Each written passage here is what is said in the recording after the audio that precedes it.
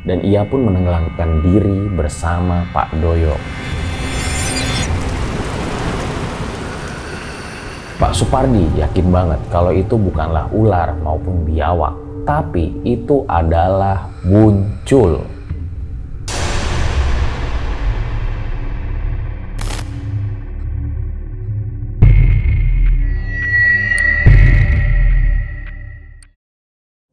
Sebelum dimulai, bakal ada giveaway. Menyambut RJ5 1 juta subscriber, kita mau ngadain giveaway nih buat kalian. Syaratnya gampang banget.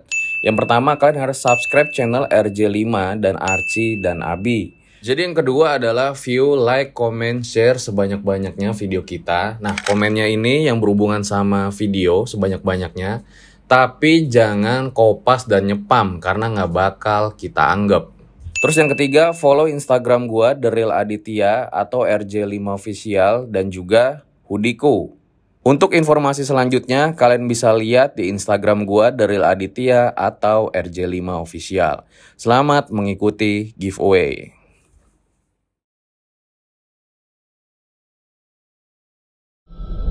Kembali lagi bersama gue Fajar Aditya. Kali ini di Om Mamat Season 3. Kamu yang takut atau mereka yang lari.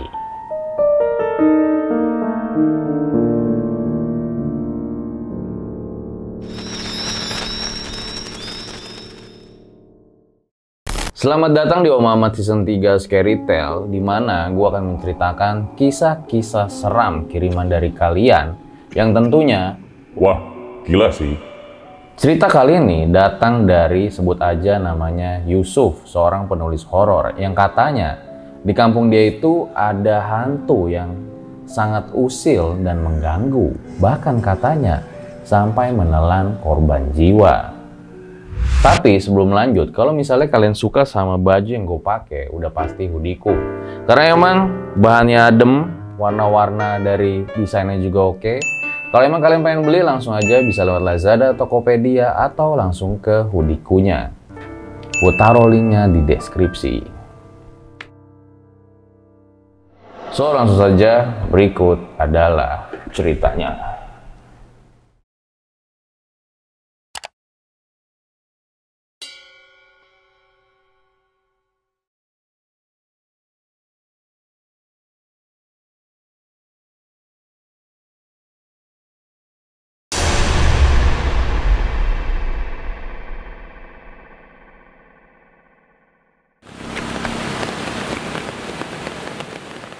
Cirebon, 1997. Kondisi di salah satu sungai di daerah Pleret, Cirebon mengalami banjir yang cukup besar.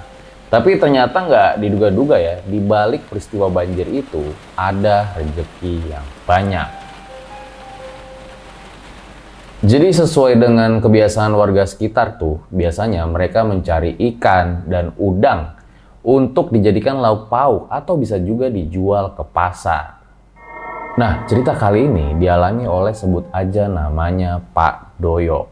Sekitar jam 4:30 sore, ceritanya Pak Doyok ini minta izin tuh sama istrinya buat ngambil ikan dan udang di pinggiran sungai. Nah, emang Pak Doyok ini tahu banget peluang, karena emang biasanya habis banjir itu, udang sama ikan itu banyak berdatangan.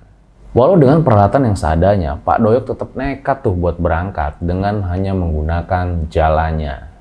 Dia juga mengajak seorang temannya, sebut aja namanya Pak Supardi, yang kebetulan masih tetangganya juga. Jalanlah tuh mereka, hingga akhirnya sampai di pinggiran sungai yang jaraknya beberapa meter lah dari jembatan penghubung. Mereka berdua jalan santai menyusuri pinggiran kali sambil nyari ikan dan udang. Suasana sore itu sangat sepi, hanya ada Pak Doyok dan Pak Supardi di sungai tersebut. Kondisi saat itu air sungai masih hangat yang menandakan bahwa banjir susulan bisa aja terjadi. Sekitar pukul 5 sore lewat, Pak Supardi dan Pak Doyok ini mulai berpisah. Pak Doyok ke sebelah utara sungai dan Pak Supardi ke sebelah timur sungai yang berdekatan dengan bebatuan. Terus tuh mereka mencari ikan dan udang. Tapi tanda-tanda keberadaan dari ikan dan udang ini belum ada juga. Mereka sempat kebingungan tuh berdua, karena kan emang biasanya kalau habis banjir, ikan-ikan dan udang-udang itu banyak yang berdatangan. Tapi karena nggak nemu-nemu juga, akhirnya Pak Supardi ini ngajak Pak Doyok, udahlah kita pulang aja nih, kan waktu juga udah mau maghrib. Ditambah lagi pada saat itu kondisi air itu hangat ya, takutnya terjadi banjir susulan. Namun Pak Doyok ini menolak karena apa yang dia mau itu belum dia dapatkan. Hingga akhirnya ya udahlah Pak Supardi istirahat aja tuh, duduk-duduk di batu.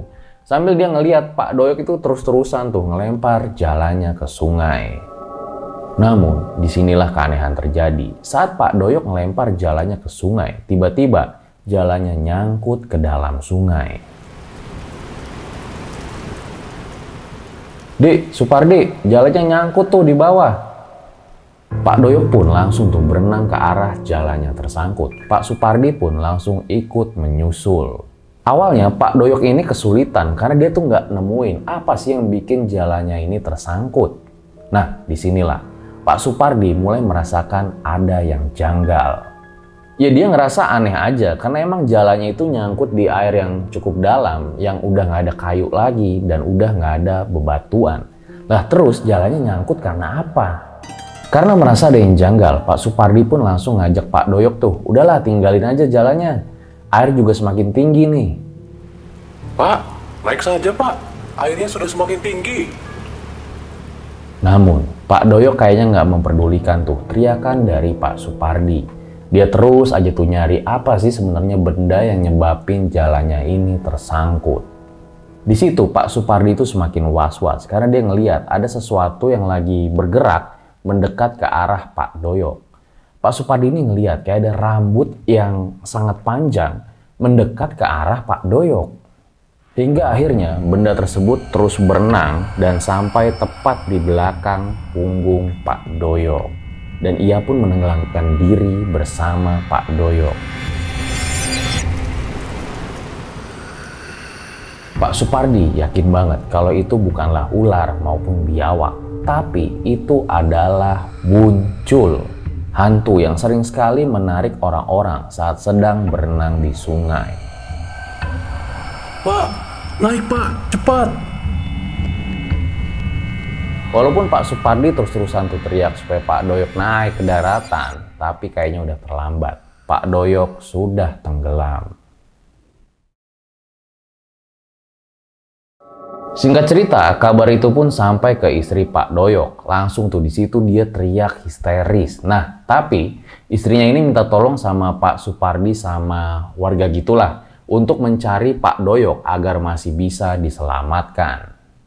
Pak Doyok, Pak Doyok di mana? Setelah warga mencari-cari sekitar beberapa jam kemudian, untungnya Pak Doyok masih bisa ditemukan, tapi dengan kondisi yang aneh. Kedua kakinya berada di atas, namun badannya masuk ke dalam air. Untungnya pada saat itu Pak Doyok masih bisa diselamatkan.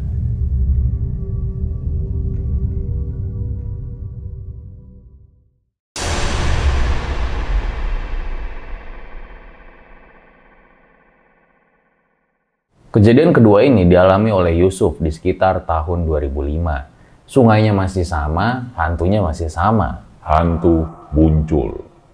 Saat itu Yusuf masih berusia 6 tahun. Nah, bicara tentang sungainya, memang sungai itu udah beberapa tahun nggak dipakai buat berenang. Kalaupun misalnya ada yang mau berenang, biasanya mereka itu berenang sebelum zuhur. Saat itu tepat datangnya malam 1 Suro. Nah, ada segerombolan pemuda, kira-kira 7 orang ya. Mereka itu berenang nekat tanpa izin terlebih dahulu. Awalnya ya mereka biasa-biasa aja, bercanda dan tertawa-tawa. Woi, jangan turunin sempak gue. Si Yusuf itunya mengkerut. Semuanya tertawa keasikan. Sampai-sampai ketika si Yusuf lagi berenang nih, dia ngerasa ada sesuatu yang seperti melewatinya. Seperti rambut. Ya awalnya dia kira itu ya teman-temannya usil lagi. Tapi ternyata rambut itu secara perlahan-lahan ya mengikat kakinya Yusuf sampai membuat dia tenggelam. Nah pas si Yusuf beneran tenggelam dan hilang, teman-temannya tuh panik. Langsung tuh mereka keluar ke atas sungai dan pergi ke orang tua Yusuf buat melapor. Kebetulan bukan kebetulan, ternyata bapaknya Yusuf ini memang mengerti mengenai hal-hal mistis. Nah, mereka pun segera melakukan sholat tuh. Nah, setelahnya mereka mendapat petunjuk untuk segera mengelilingi sumur tua. Pusat sumur tua ini berada di jarak 10 meter dari tempat Yusuf berenang. Sumur tuanya bentuknya nggak seperti sumur pada umumnya, namun berbentuk batu seperti cadas yang melingkar dengan warna hitam pekat dan agak berlumut. Namun batu tersebut hilang setelah musibah banjir pada tahun 2008. Barulah setelah 2 hari ritual itu dilakukan, Yusuf kembali dengan selamat.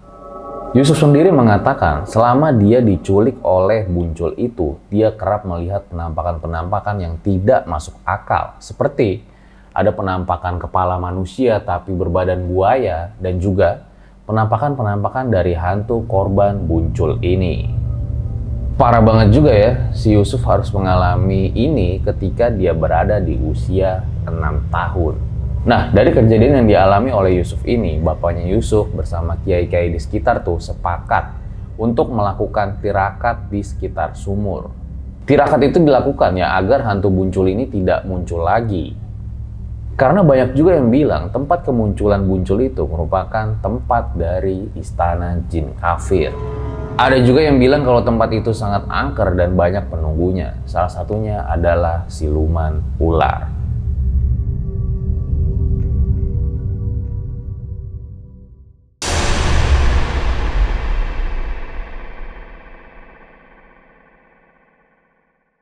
Masih di sekitar tempat yang sama, setelah tadi rame-rame mengenai hantu muncul lagi teror hantu kepala buntung yang sempat viral di masanya. Ini kampung kok banyak bener setannya. Ceritanya sendiri, pada tahun 2006, kampung itu sempat geger ya, karena ada satu warganya yang tewas bunuh diri hingga kepalanya terputus.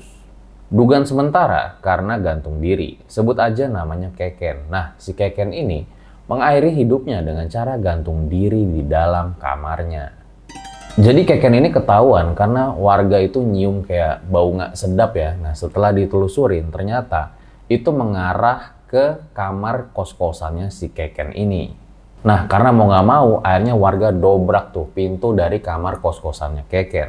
Hingga akhirnya ditemuin lah si Keken ini udah meninggal dengan posisi kepala terpisah dengan tubuhnya. Ya udah, akhirnya warga pun segera melakukan pemakaman karena emang nggak ada tuh satu keluarga pun yang datang ketika Keken meninggal. Nah, Keken ini dikuburin juga masih di desa tersebut. Nah, desas-desus meninggalnya Keken ini jadi heboh lah tuh di warga sekitar karena emang beberapa warga itu melihat si Keken menampakkan dirinya di belakang kosan sambil megangin kepalanya yang terputus. Ya udahlah, karena omongan tetangga yang cepet banget ya nyebar dari mulut ke mulut, akhirnya warga pun jadi males buat ke belakang kosan Keken ketika di malam hari.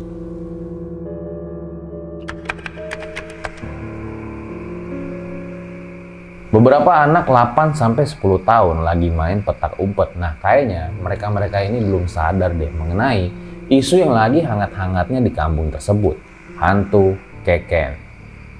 Saat itu mereka bermain petak umpet setelah azan Isya berkumandang. Nah, mereka itu main petak umpetnya di sekitar kosan Keken. Karena emang katanya di situ tempatnya paling enak lah buat main petak umpet. Jadi udah gelap, udah gitu susah buat nyari pemain petak umpetnya. Setelah semuanya berkumpul, akhirnya permainan dimulai. Nah, yang jaga pada saat itu adalah Wawan. Nah, 4 orang lainnya, Ferdi, Yusuf, Lukman, Rizal, siap-siap buat ngumpet. Ayo cepat sembunyi. Saya hitung sampai 10 ya. Larilah tuh semuanya untuk segera bersembunyi. Nah, si Ferdi sembunyi di belakang pohon mangga. Lukman sembunyi di kandang ayam. Rizal milih di gang sempit dan gelap. Sedangkan Yusuf milih sembunyi di belakang kosan rumah Keken. Setelah selesai berhitung, Wawan pun mencari satu persatu teman-temannya. Awalnya Wawan ini kayak rada takut-takut gitu ya ketika ngelihat ada pohon mangga yang gerak-gerak sendiri.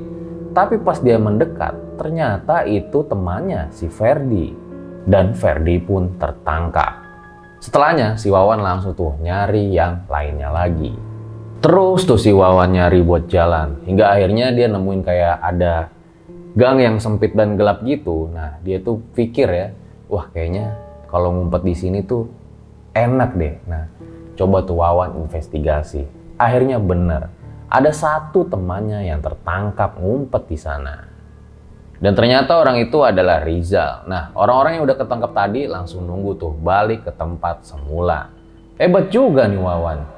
Wawan melanjutkan pencariannya. Feelingnya pada kali ini dia berpikir, wah kayaknya bakal ada nih yang ngumpet di kandang ayam. Nah, jalan tuh dia ke kandang ayam.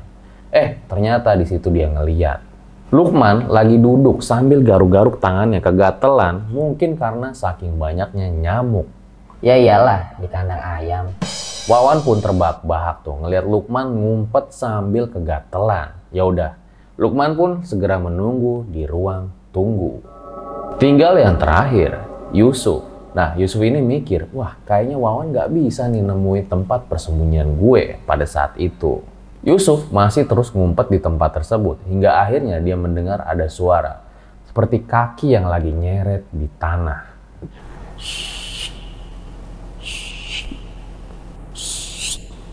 Wah, jangan-jangan si Wawan nih. Ya udahlah, akhirnya di situ si Yusuf nutupin dirinya pakai sarung yang emang harusnya digunain buat sholat isya tadi.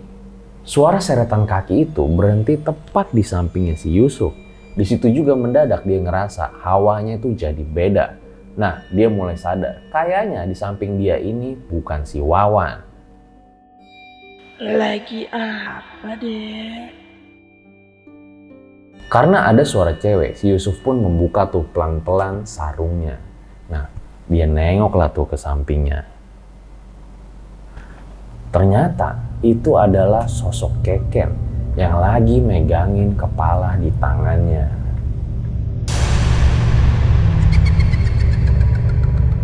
Yusuf langsung teriak sekenceng-kencengnya. Dia kabur tuh. Nah, pas kabur dia tuh ngeliat sosok itu tersenyum dan tertawa ke arah dirinya. Nah, sosok itu ternyata juga masih ngikutin si Yusuf dengan nyeret-nyeretin kakinya di tanah. Mau kemana, Dek? Terus lari itu si Yusuf sampai akhirnya dia berhenti karena menurut dia, kayaknya udah jauh deh nih dari tempat kosan Keken di belakang itu. Tapi kok firasat dia masih nggak enak. Dia ngerasa kayak masih ada yang ngikutin dia dari belakang. Larinya udah deh. Dan ternyata bener aja. Pas dia nengok ke belakang, sosok Keken itu masih ada sambil megangin kepalanya. Si Yusuf nggak bisa ngapa-ngapain lagi, dia cuma bisa lari sambil nangis dan berteriak-teriak. Hingga akhirnya dia sampai tuh di tempat teman-temannya yang udah pada selesai main petak umpet. Nah, pas udah mau nyampe, si Yusuf ini ketemu sama si Wawan yang emang dari tadi nyariin si Yusuf. Wawan pun bingung, kenapa nih kok si Yusuf lari-lari teriak sambil nangis. Suf, ada apa? Itu Wan, ada kepala buntung Wan. Hah, di mana? Itu loh di belakang kosan. Tadi dia ngejar saya sampai di rumah kosong. Ayo cepet balik Wan. Wawan dan Jaeng segera lari tuh menuju tempat mereka awal mulai main petak umpet. Di situ teman-temannya pada kaget setelah Wawan dan Yusuf menceritakannya. Mereka pun langsung pulang tuh ke rumah masing-masing dan melaporkan kejadian tersebut ke orang tuanya. Sampai-sampai keesokan harinya warga itu pada berkumpul gitu ya, kayak rapat dan diskusiin lah mengenai hantu Keken ini yang tampaknya udah mulai meresahkan warga. Karena emang cukup banyak yang melihat penampakannya dan terakhir 5 anak kecil ini sampai trauma berat. Akhirnya para warga pun memutuskan udahlah kita datang aja ke kuburan Keken dan di situ kita berdoa bersama-sama agar arwah dari Keken ini dapat tenang. Dan setelahnya ketika maghrib tiba, biasanya anak-anak itu sekarang dilarang buat keluar rumah. Udahlah, ngaji aja di dalam rumah, kata orang tua mereka. Dan terbukti cara itu berhasil, udah nggak pernah ada lagi tuh gangguan hantu Keken di daerah tersebut. Warga pun percaya sekarang Keken sudah tenang di alamnya. Mereka juga berpikir karena Keken ini nggak punya keluarga, mungkin aja Keken ini butuh didoakan. Karena emang meninggalnya juga tidak wajar.